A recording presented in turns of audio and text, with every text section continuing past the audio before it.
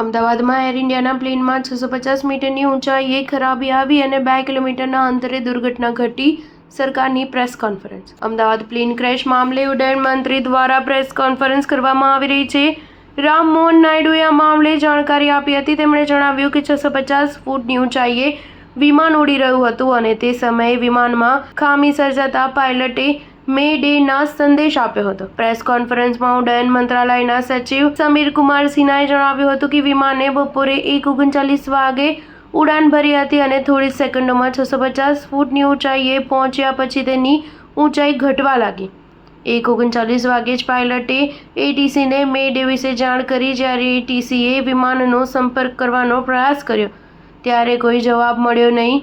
બરાબર 1 મિનિટ પછી તે મેઘાણીનગરમાં ક્રેશ થયું. ઉડ્ડયન મંત્રાલયના સચિવે જણાવ્યું હતું કે અમે 6 વાગે ઘટના સ્થળે પહોંચ્યા ત્યાં સુધીમાં આગ લગભગ સંપૂર્ણપણે ઓલવાઈ ગઈ હતી.